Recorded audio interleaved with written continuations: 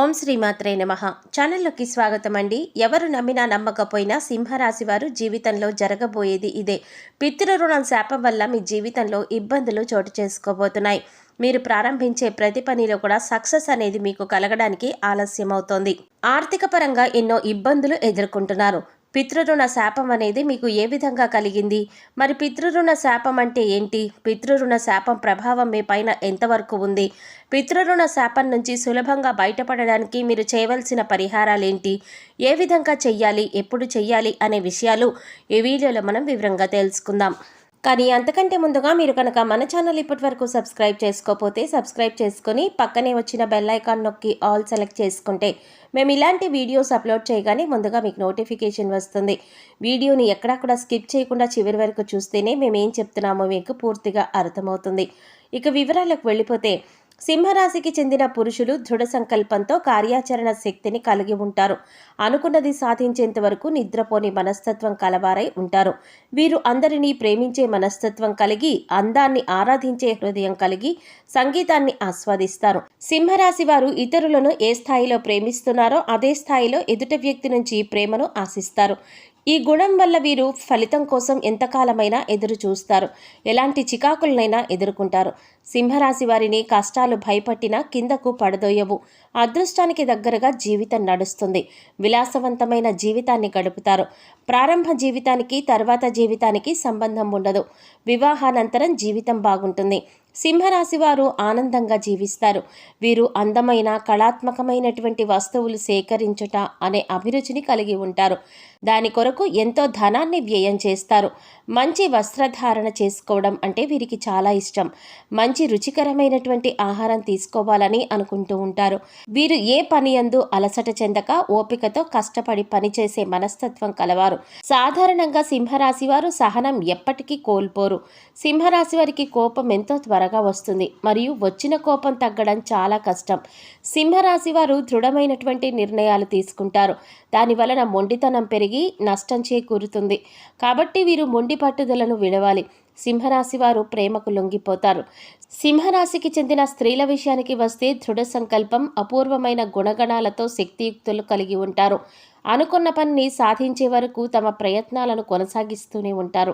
సంగీతం, సౌందర్యం అంటే సింహరాశి స్త్రీలకు అత్యంత ప్రీతిపాత్రం. మొండితనం, స్థిరమైన స్వభావం వీరిలో ప్రస్ఫుటంగా కనిపిస్తాయి. సింహరాశి స్త్రీలకు కోపం చాలా త్వరగా వస్తుంది. అయితే ఆ కోపం ఎంతోసేపు కొనసాగదు. దాని నుంచి చాలా వేగంగా బయటపడి ఆ విషయాన్ని అంతలోనే మర్చిపోతారు.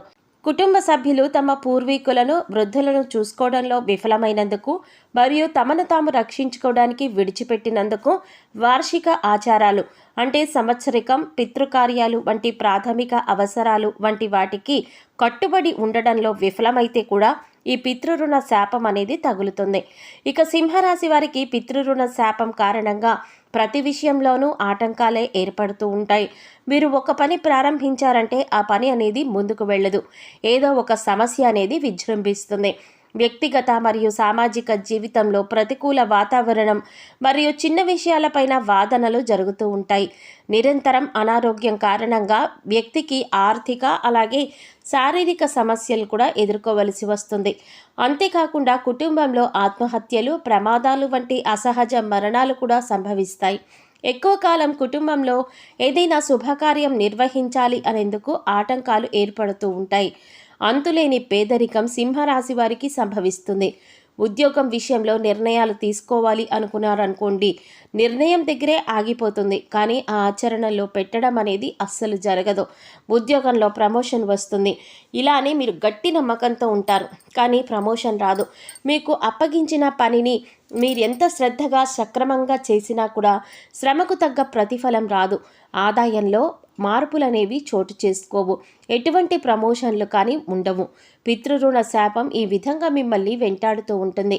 అలాగే ఖచ్చితంగా ఈ పని అయిపోతుంది అని చివరి వరకు వచ్చిన పని కూడా ఆగిపోయేటటువంటి పరిస్థితులు జరుగుతూ ఉంటాయి. ఎప్పుడో మీరు తెలిసి తెలియక చేసిన పనుల వల్ల ఆ శాపంతో మీరు బాధపడుతూ ఉంటారు.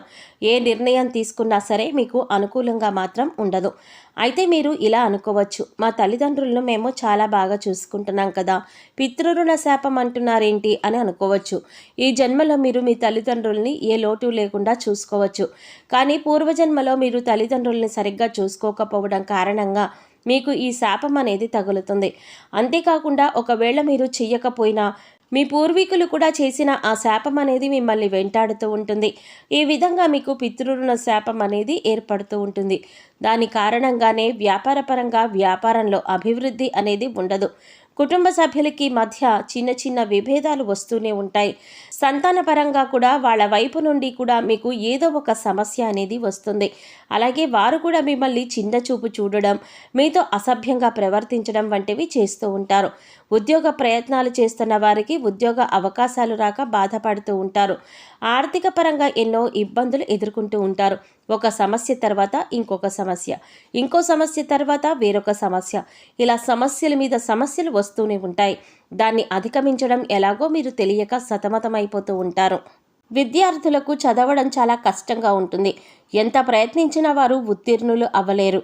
వివాహ సంబంధాలు ఎన్నో వస్తాయి, ఓకే చేద్దామనేసరికి మళ్ళీ తిరిగి వెళ్ళిపోతాయి. రాజకీయ నాయకులకు పదవి వచ్చినట్లే వస్తుంది, కానీ వెనువెంటనే చేజారిపోతుంది. ఇలా ప్రతి విషయంలోనూ ఏదో ఒక అడ్డంకి వస్తూనే ఉంటుంది. దీనికి పరిష్కారం ఏమిటి అని మీరు పరిపరి విధాలుగా ఆలోచిస్తూ ఉంటారు. మరి జీవితం ముందుకు వెళ్ళడానికి ఈ పితృరుణ శాపం అనేది అనుకూలించదు, మిమ్మల్ని వెనక్కి లాగేస్తూ ఉంటుంది. అలాగే ఆరోగ్యపరంగా కూడా ఎన్నో సమస్యలు అనేవి ఎదుర్కొంటారు. పితృరుణ శాపం నుంచి బయటపడాలన్నా, ఇబ్బందులకు గురి చేస్తున్న సమస్యల నుంచి విముక్తి పొందాలన్నా, ప్రతి కార్యంలోని తొందరగా ఫలితం రావాలన్నా మీరు కొన్ని పరిహారాలు పాటిస్తే సులభంగా ఈ పితృరుణ శాపం నుంచి, అలాగే మీకు కలిగినటువంటి బాధ నుంచి బయటపడగలుగుతారు. గత జన్మలో చేసిన పాపాల కారణంగా మరియు పూర్వీకులు చేసిన కర్మల ఫలితంగా మిమ్మల్ని శాపాలనేవి వెంటాడుతూ ఉంటాయి. అటువంటి శాపాల నుంచి మిమ్మల్ని మీరు బయటపడడానికి కొన్ని పరిహారాలు మీరు తప్పనిసరిగా చేయాలి. అవేంటంటే, ప్రతి అమావాస్య రోజు బ్రాహ్మణులకు మనస్ఫూర్తిగా ఎటువంటి కల్మషం లేకుండా, మాకు డబ్బు అయిపోతుంది అని బాధపడకుండా భోజనాలు పెట్టండి. పేదలకు కానీ వృద్ధులకి కానీ వీలైనంత సహాయం చేయండి. డబ్బు రూపంలో కావచ్చు, వస్తువు రూపంలో కావచ్చు, ఆహారం రూపంలో కావచ్చు, మీ ఇష్టం. వాళ్ళకి మీ సహాయాన్ని మాత్రం ముఖ్యంగా అందించండి. వాళ్లకు ఆహారం, బట్టలు, దుప్పట్లు దానం చేయండి. అలాగే మర్రి చెట్టుకు క్రమం తప్పకుండా నీరును పోయండి. మర్రి చెట్టు ఎక్కడున్నా సరే, మీ సమీపంలో ఉన్నా లేదా మీకు దూరంగా ఉన్నా సరే, ఎక్కడున్నా సరే అక్కడికి వెళ్ళి ప్రతిరోజు మర్రి చెట్టుకు నీళ్లు పోయండి.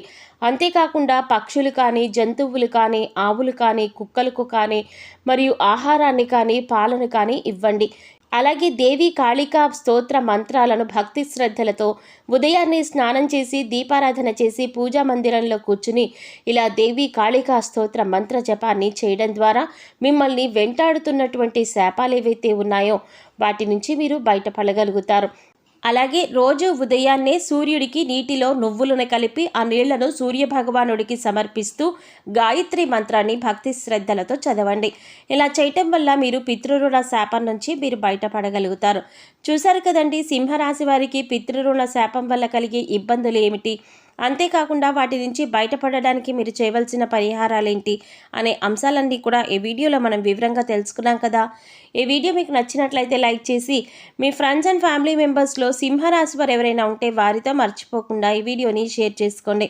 అలాగే ఇప్పటి వరకు మన ఛానల్ కనుక సబ్స్క్రైబ్ చేసుకోకపోతే సబ్స్క్రైబ్ చేసుకొని పక్కనే వచ్చిన బెల్ ఐకాన్ నొక్కి ఆల్ సెలెక్ట్ చేసుకుంటే మేము ఇలాంటి వీడియోస్ అప్లోడ్ చేయగానే ముందుగా మీకు నోటిఫికేషన్ వస్తుంది. మరో చక్కటి వీడియోతో మళ్ళీ కలుద్దామండి. ఓం శ్రీ మాత్రే నమః.